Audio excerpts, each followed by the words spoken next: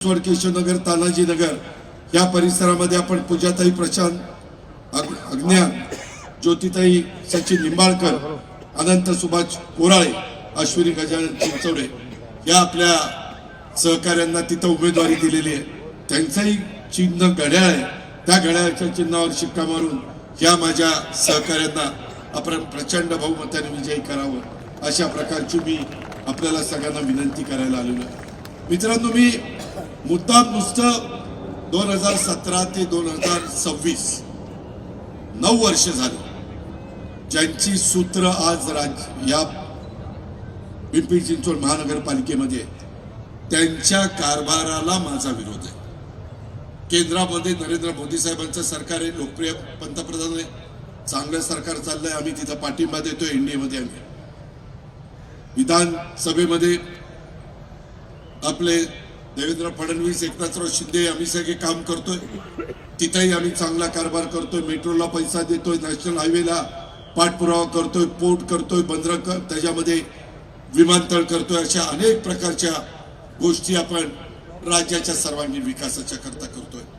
परंतु जे महानगरपालिकेचं कार्यक्षेत्र आहे, इथं जो भ्रष्टाचार चाललेला आहे, आपल्या महानगरपालिकेला मी 25 वर्ष काम करत असताना पिंपरी चिंचवडकरांनो कधीही मी कर्ज काढलं नाही, विकास केला.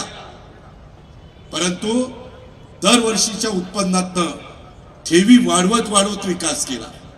मी नियोजन चांगलं करत होतो, माझी टीम चांगली होती, मी चुकीच्या गोष्टी घडून देत नव्हतो, मी कुणावर अन्याय होऊन देत नव्हतो. माझ्या झोपडपट्टीमध्ये राहणाऱ्या लोकांना देखील चांगल्या प्रकारची घरं कशी आपल्याला देता येईल हा प्रयत्न आम्ही करत होतो. त्याचबरोबर प्राधिकरणाचे काही प्रश्न होते, शहराच्या सर्वांगीण विकासाचे काही प्रश्न होते. शहर वाढत असताना या शहराला एकट्या पवना धरणाचं पाणी पिण्याकरता कमी पडेल म्हणून मी भामा आसखेडचं पाणी या शहराच्या करता मंजूर केलं. का तर माझ्या मायमाऊली राहतात. माझ्या मराठवाडा, विदर्भ, उत्तर महाराष्ट्र, पश्चिम महाराष्ट्र, कोकण सगळ्या भागातनं नव्हे तर भारतातनं लोक इथे येतात. त्यांना कुठली कमतरता भासू नये, माझ्या इथल्या मुलांना मुलींना दर्जेदार शिक्षण मिळावं ही माझ्यासारख्या कार्यकर्त्याची भावना होती आणि त्या पद्धतीने आम्ही काम करत होतो. आता ग्रीन बॉन्ड्स या गोंडस नावाखाली 200 कोटी रुपये कर्ज रोखे काढलेले. काय कारण होतं? आणि गेल्या काही वर्षात इथं 40,000 कोटी रुपये खर्च केले विकास कामाला. कुठं विकास झाला? 60,000 कोटी खर्च झाले. 20,000 कोटी रुपये मी पगाराला त्या लोकांच्या समजून घेतो, पण 40,000 कोटी कुठे खर्च झाले? दाखवा ना हे काम आडा पैसा खर्च झालेला. आम्ही तरी काम दाखवलं, लोकांनी अप्रिशिएट केलं. देशामध्ये पहिल्या नंबरची सिटी म्हणून आपले योगेश भर महापौर असताना आपल्याला बक्षीस मिळालं. अनेक सहकारी त्यावेळेस आपले नगरसेवक नगरसेविका म्हणून काम करत होते. मित्रांनो, अलीकडच्या काळामध्ये कुठं कुठं अन्याय केला जातो. चिखलेला बघा, लोकांची घरदारं पाडली, लोकांना उद्ध्वस्त केलं. अरे ह्याच्याकरता का तुमच्या ताब्यामध्ये महानगरपालिका दिली? आज रिंग चालली, आज महानगरपालिकेच्या ठेवी मोडून खाल्ल्या. विविध विभागाचं दायित्व पिंपरी चिंचवडकरांनो आज 4,000 कोटी रुपये. कुणी द्यायचे पैसे? कुणी कर्जबाजारी केलं का? कॉन्ट्रॅक्टरची बिलं थकली. त्याच्यामध्ये या सगळ्या गोष्टीचा विचार आपण केला पाहिजे. आणि म्हणून मी आज तुम्हाला सगळ्यांना सांगायला आलेलो आहे, कारण जर ह्या लोकांच्या हातामध्ये तुमच्या माझ्या शहराची सूत्र राहिली तर शहराचा खेळखंडोबा झाल्याशिवाय राहणार नाही. परत तुम्ही मला म्हणाल की दादा त्यावेळेस तुम्ही काय नाही सांगितलं? मी तुम्हाला जाग करायला आलेलो आहे. माझं मी राज्याचा उपमुख्यमंत्री, मी 5 वर्षाच्या करता जनतेने मला निवडून दिलेलं आहे. माझा सहकारी सुनील शेळके देखील लाख मतांनी माझ्या मावळातनं निवडून आलेला आहे. अण्णा बनसोडेला तुम्ही निवडून दिलेलं आहे. त्याबद्दल आमचं दुमत नाही. आम्ही आमचं काम करतोय. आम्ही काम करणारी माणसं आहोत, शब्दाचे पक्के आहोत. आम्ही कुठेही लोकांना फसवणूक करणारे नाहीये. माझ्या लाडक्या बहिणींना देखील एक समाजामध्ये मान सन्मान प्राप्त करून देण्याचं काम हे निश्चितपणे आम्ही सगळ्यांनी केलेलं आहे. कायदा सुव्यवस्था आम्हाला चांगली ठेवायची. आज कोयता गँग, आज वेगवेगळ्या गाड्या फोडल्या जात आहे, 2 चाकी वाहनं जाळली जात आहे, कुणी बघायला तयार नाही, वाहतुकीची कोंडी होते. ज्या गतीनं मेट्रो झाली पाहिजे त्या गतीनं मेट्रो होण्याच्या करता महानगरपालिकेने पुढाकार घेतला पाहिजे.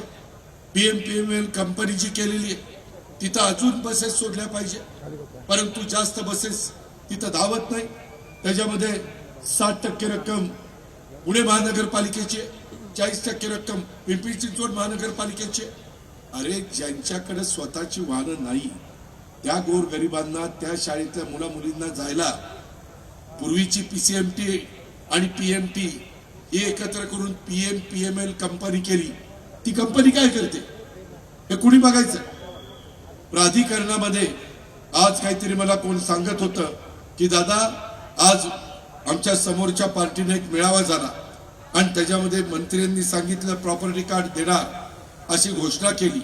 मी आपल्याला स्वतः सांगतो की मी राज्य मंत्रिमंडळामध्ये उपमुख्यमंत्री आहे, त्याच्यामध्ये मी तुमच्या जिल्ह्याचा पालकमंत्री आहे आणि हा प्रश्न महाराष्ट्राच्या मंत्रिमंडळामध्ये मांडून प्रामुख्याने सोडवण्याचं काम मी करून दाखवेल. मी शब्दाचा पक्का आहे आणि मी दिलेला शब्द पाळतो हे महाराष्ट्राला माहिती आहे आणि त्याच्यामुळं जे बोलतो ते करतो हा दादाचा वादा आहे आणि तो तुमच्या समोर उभा आहे. त्याच्यामुळं माझ्या लाडक्या बहिणींनो, माझ्या बांधवांनो, त्या ठिकाणी तुम्ही मला साथ द्या. मी चांगले उमेदवार दिलेले, काही अनुभवी आहेत, काही नवीन आहेत, काही अनुभवांच्या हाताखाली नवीन लोक देखील शिकली पाहिजेत. आपल्या या प्रभागामध्ये शेखरनी खरोखरीच खूप चांगलं काम ज्या पक्षात होता तिथं केलं. ज्याला चांगलं आहे त्याला चांगलं म्हणलं पाहिजे. जसं माझ्या इथं बाणेर, सूस, म्हाळुंगे त्या परिसरामध्ये अमोल बालवडकरनी काम केलं. काय त्याचा अन्याय होता, त्याच्यावर काय अन्याय झाला, काय त्याचा दोष होता, काय नाही त्याला तिकीट नाकारणं. अरे तुम्हाला मनात वाटेल त्याला तिकीट देणार, मनात वाटेल त्याला तिकीट नाकारणार, असं नाही चालत. शेवटी कार्यकर्त्यांना जपावं लागतं, कार्यकर्त्यांना घडवावं लागतं, कार्यकर्त्यांना निश्चितपणे समाजामध्ये ताकद, प्रतिष्ठा, मान सन्मान, इज्जत द्यावी लागते आणि तुम्ही त्यांना अपमानित करता. हे ज्यावेळेस मला भाऊसाहेबांनी सांगितलं त्यावेळेस काही लोकांना मी थांबवलं, त्यांनी माझ्यावर नाराज होऊ नये, परंतु शेखरने पक्षवाढी करता काम करत असताना त्यांच्या कार्याची कुणी दखल घेतली नाही. मी मात्र शेखरला हा जगताप परिवाराबरोबर होता, 23 वर्ष तुमच्या बरोबर काम करतो आणि कशाल फुली मारता, चल तुला नाही. अरे काय, आपण सगळ्यांशी चांगलं वागतो आणि म्हणून अशा या आमच्या शेखर बमनराव चिंचवडेला वाऱ्यावर सोडून चालणार नाही.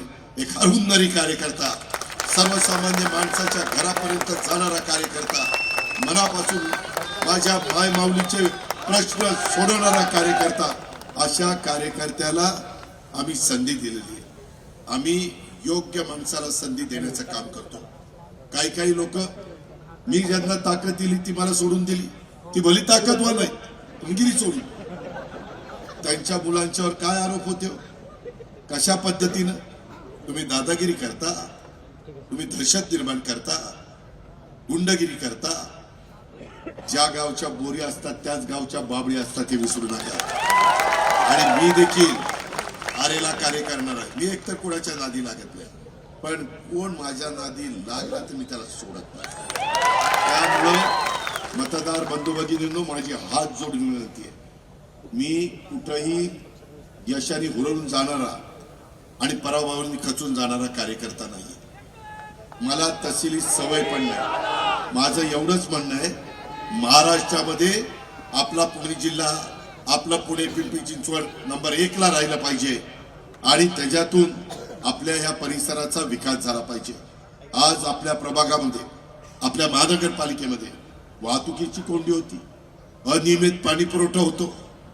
का पाणी पुरवठा अनियमित होतो, का नाही लोकांना व्यवस्थित पाणी मिळत, कचरा प्रक्रिया केंद्राचं स्थलांतर, पावना नदीवर बंधारा, त्याच्यामध्ये मुक्ताई चौक अंडरपास, उच्च दाब विद्युत वाहिनीच्या घरांना आलेल्या नोटिसा, अनधिकृत घरं, त्याच्यामधला मार्ग काढला पाहिजे.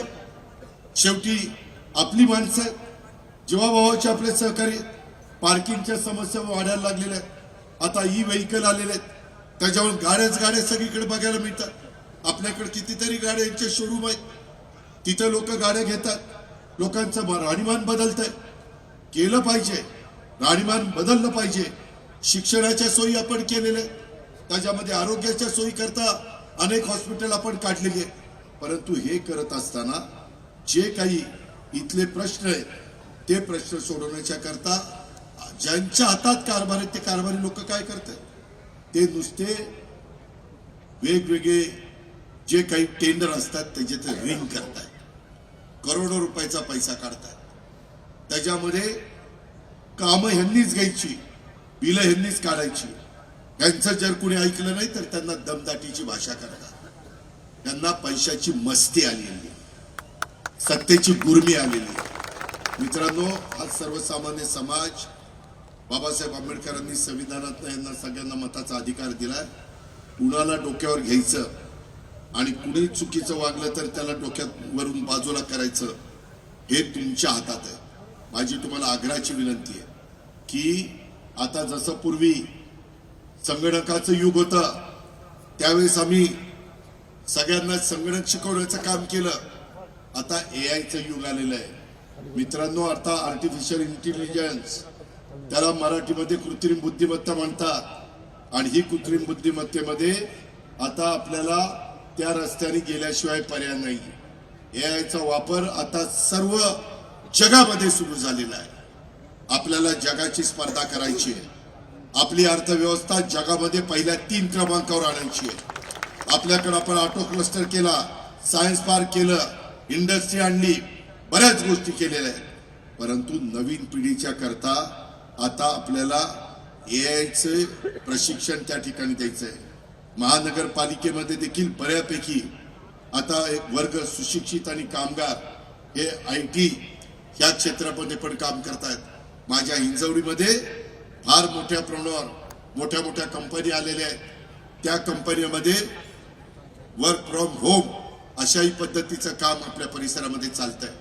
आणि त्याकरता अनेक मुलं मुली इथं येऊन राहतात, त्यांचे संसार थाटतात. परंतु त्यांना सुरक्षितता वाटली पाहिजे. इथं हिंजवडीला IT पार्क कोणी आणलं? आदरणीय पवार साहेबांनी आणलं. आम्ही यावेळेस तुतारीला आणि घड्याळाला बरोबर घेतलंय. आम्हाला वाद घालायचा नाही. मागचं झालं गेलं गंगेला मिळालं. आता आपण सगळ्यांनी एकोप्याने काम करायचंय. आणि त्या पद्धतीनं तिथं साखर कारखाना होणार होता. साहेबांनी तो साखर कारखाना पलीकडे नेला. दूरची दृष्टी असणारं नेतृत्व असावं लागतं. आम्ही पण ज्या ज्या गोष्टी केल्या गेल्या 25 वर्षात ते माझ्या पिंपरी चिंचवडकरांना कुठेही अडचण येता कामा नये अशा पद्धतीनं गोष्टी केल्या. तिथं दफनभूमी असेल, स्मशानभूमी असेल, मंडई असेल, जे काही समाजाला लागतं ते देण्याचा प्रयत्न आम्ही केलेला. अजून पण बरंच काही आपल्याला करायचंय. आमचं विजन चांगलं आहे. मी महाराष्ट्रात फिरतो त्यावेळेस सांगतो, तुम्ही जाऊन बघा आम्ही पिंपरी चिंचवड कसं केलं. मात्र नंतरच्या 8-9 वर्षात त्या पिंपरी चिंचवडचं नुकसान करण्याचं काम या लोकांनी केलेलं आहे. आणि म्हणून आम्हाला त्यांना बाजूला करायचंय. आम्हाला केंद्राचं राजकारण, राज्याचं राजकारण इथं आणायचं नाही. ते तिथल्या तिथं हे स्थानिक आहेत. इथले प्रश्न आपले वेगळे आहेत. आपल्या पुढच्या पिढीचं आपल्याला भवितव्य ठरवायचं आहे. आणि म्हणून माझी आपल्याला विनंती आहे, या महानगरपालिकेमध्ये मोठ्या प्रमाणावर हायटेक अशा पद्धतीचं काम आपल्याला करावं लागेल. या एआयचा वापर आपल्याला करावा लागेल. जास्तीत जास्त नव्या टेक्नॉलॉजीचा वापर कसा वाढवता येईल हे आपल्याला करायचं आहे. कारण सदरची गोष्ट ही तुमच्या माझ्या पुढच्या पिढीच्या फायद्याची आहे. आणि त्याच्यामुळं माझा जो सुशिक्षित मतदार आहे, माझा नवीन युवा मतदार आहे, माझी युवती आहे, तिला आम्हाला योग्य दिशेने योग्य रस्त्याने त्या ठिकाणी न्यायचंय. आणि ह्याकरता मी तुम्हाला सर्वतोपरी सहकार्य करायला तयार आहे. आपण त्याबद्दल काळजी करू नका. मी पालकमंत्री असल्यामुळं दर आठवड्याला मी 1 दिवस पुण्याला पिंपरी चिंचवडला दिलेला आहे. त्यामुळं नुसतं ह्या निमित्तानं प्रचाराला येऊन तुमची मतं मागायला मी आलेलो नाही. माग 25 वर्ष इथं बसलेल्या वडीलधाऱ्यांना विचारा, मी सकाळी 6ला उठून काम करणारा आणि तिथले प्रश्न समजून घेणारा आणि त्याच्यातनं मार्ग काढणारा. जुना पुणे मुंबई रस्ता कसा होता, आता तिकडनं रस्ता सुरुवात केलं, पुणे संपलं, ब्रिज ओलांडला की आपण डायरेक्ट निगडीला जातो, कुठेही जास्त सिग्नल बिग्नल नाहीये. हे आम्ही केलं म्हणून आज आपल्याला त्याचा फायदा होतोय ना. तशा पद्धतीनं आत्ताच्या जे कुणी कारभारी आहे हे कारभारी आता बदलले पाहिजे. हे स्वतःची घरदारं भरायला निघालेले आणि तुमच्या माझ्या श्रीमंत महानगरपालिकेला कर्जबाजारी करायला निघालेले. मग तुम्ही ठरवा, ऋण काढून कधी सण साजरा करायचा असतो, कधी नसतो. आमच्या बापदादांनी पण आम्हाला शिकवलेलं आहे. त्याच्यामध्ये आपलं उत्पन्न वाढवायचं आणि त्याच्यातलं समाजाचं भलं करायचं, समाजाला योग्य दिशेने न्यायचं. त्या पद्धतीनं शाहू फुले आंबेडकरांची विचारधारा घेऊन आम्ही सगळेजण पुढे चाललेलो आहे. आणि त्याकरता तुमची सगळ्यांची साथ ही आम्हाला उद्याच्या 15 तारखेला पाहिजे. अजिबात घाबरू नका. आपण शांतपणे लोकांच्या पर्यंत जा. मतदार हा बदलत असतो, मतदार हा विचार करत असतो. मला आठवतंय लोकसभेच्या निवडणुकीच्या निमित्तानं 48 जागा आम्ही महायुतीच्या उभ्या केल्या. अवघ्या 17 निवडून 31 पडल्या.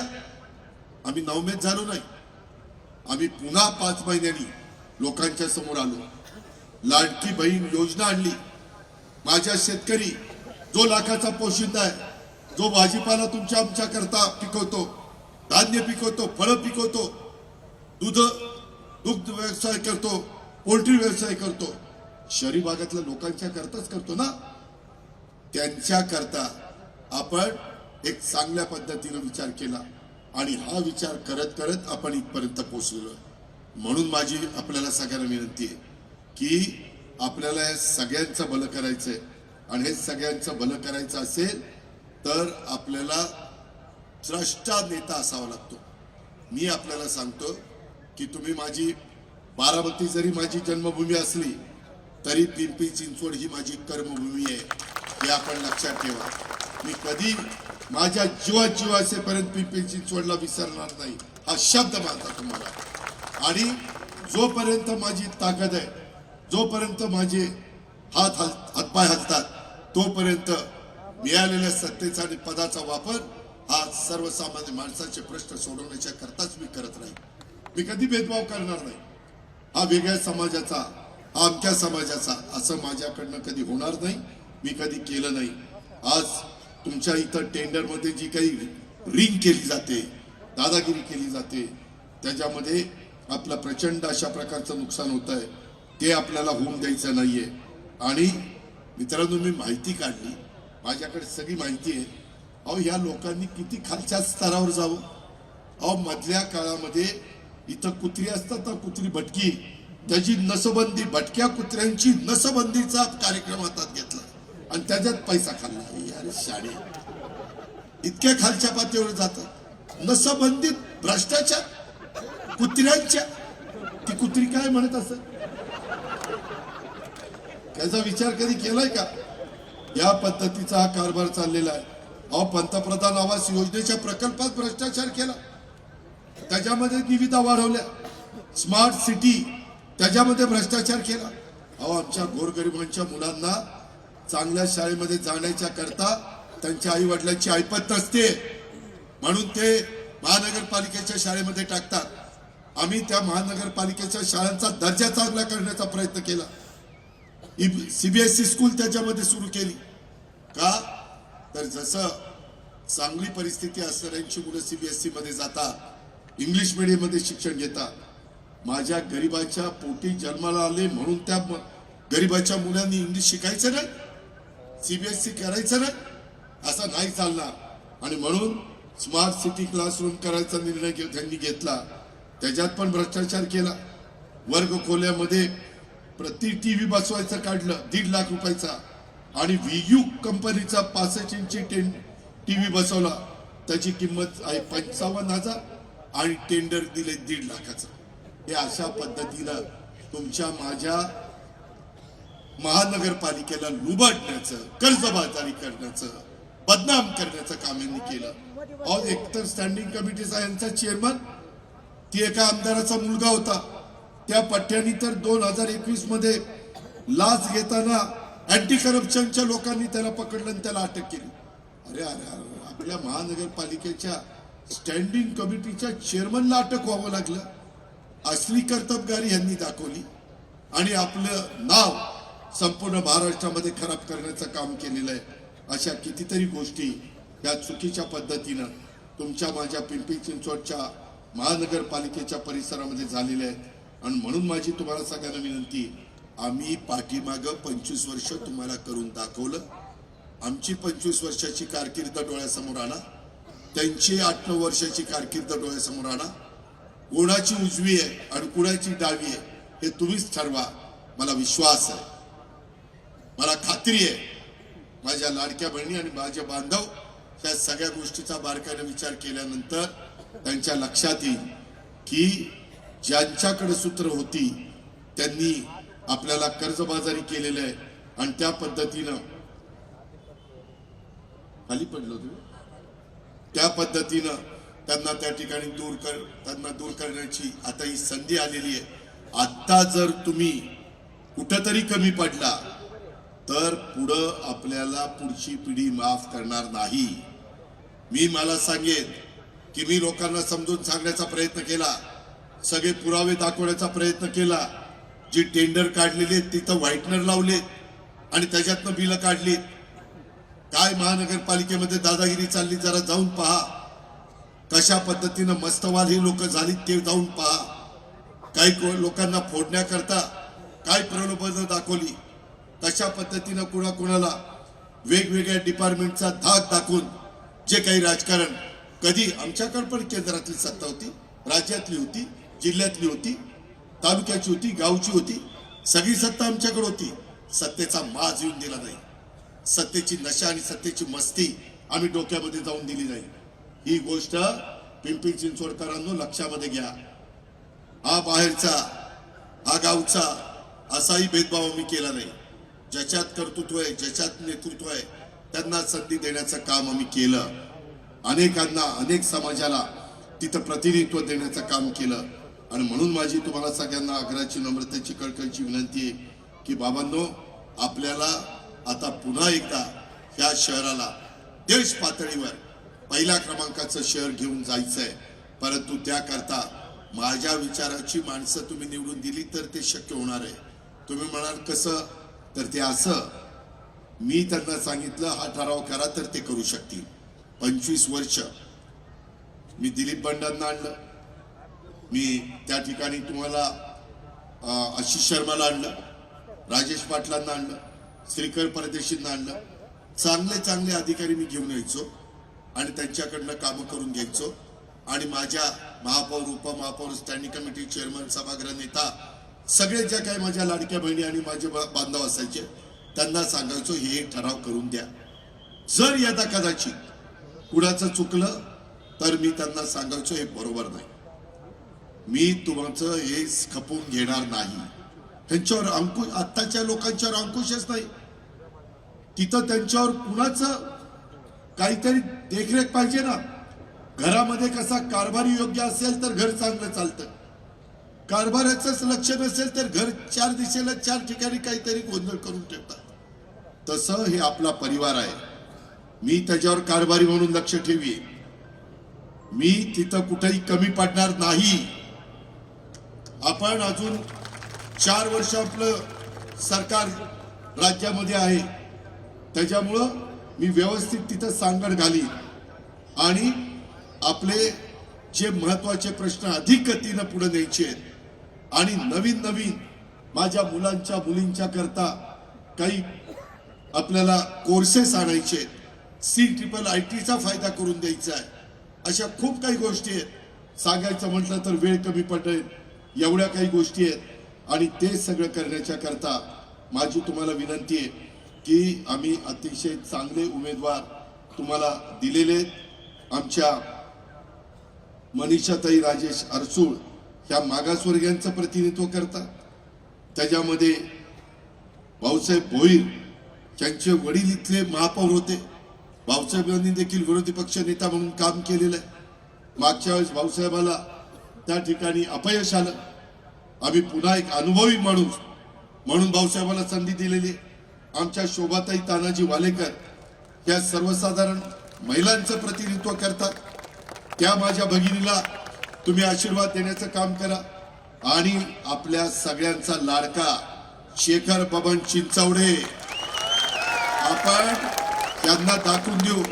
ज्यांनी आपल्या शेखरला त्या ठिकाणी राजकारणातून बाजूला करण्याचा प्रयत्न केला, त्यांना सांगायचं आहे, शेखरला जरी तुम्ही बाजूला केलं तर आम्ही जनता शेखरचा प्रचंड बहुमताने विजयी करून त्याचा प्रभाग निवडून आणून त्यांच्या नाकावर टिचून शेखर पिंपरी चिंचवड महानगरपालिकेमध्ये त्या ठिकाणी गेला पाहिजे. ह्या पद्धतीचं काम आपल्याला करायचं आहे. तीच गोष्ट आपल्याला पूजाताई प्रशांत आज्ञा या प्रभाग क्रमांक 18च्या ही माझी भगिनी, तिला पण उमेदवारी दिलेली. आमची ज्योती सचिन निंबाळकर या आमच्या भगिनीला आम्ही उमेदवारी दिलेली. आमचा अनंत सुभाष कोराळे अतिशय चांगल्या पद्धतीनं काम करायचा, परंतु थोडासा बाजूला पडला होता. त्याला आता आम्ही बरोबर घेतलेला आहे. त्याला आपल्याला निवडून द्यायचंय. आणि अश्विनीताई गजानन चिंचवडे पाटील ह्या आपल्या एका भगिनीला तिथं आपल्याला संधी द्यायची. अशा पद्धतीनं तुम्ही बघा, सगळे योग्य उमेदवार तुम्हाला देण्याचं काम आम्ही त्या ठिकाणी केलेलं आहे. तसंच मागासवर्गीयामध्ये प्रतिनिधित्व करत असणारी श्रेया अक्षय तरस गायकवाड ही माझी भगिनी आहे, अतिशय तरुण आहे.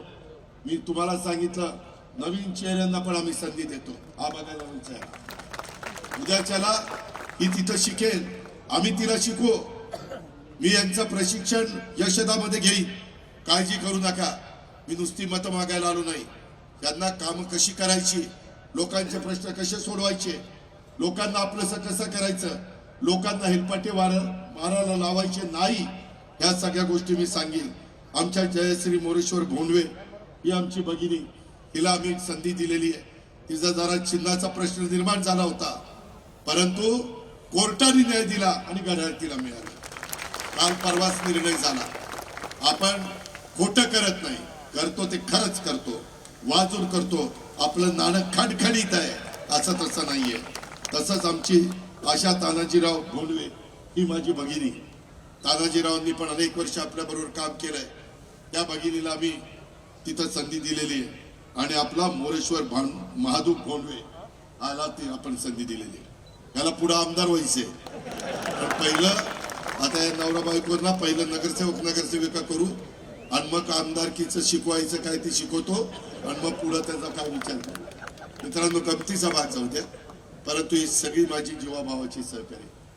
हे कुठंही मी यांना मत तुम्हाला मागतोय, तुमच्या विश्वासाला एक देखील माझी बहीण किंवा माझा भाऊ तारा जाऊन देणार नाही, हा देखील माझा शब्द आहे. ती जबाबदारी आमची, कारण साधू संतांच्या शिकवणीतनं आम्ही पुढे गेलेलो आहे.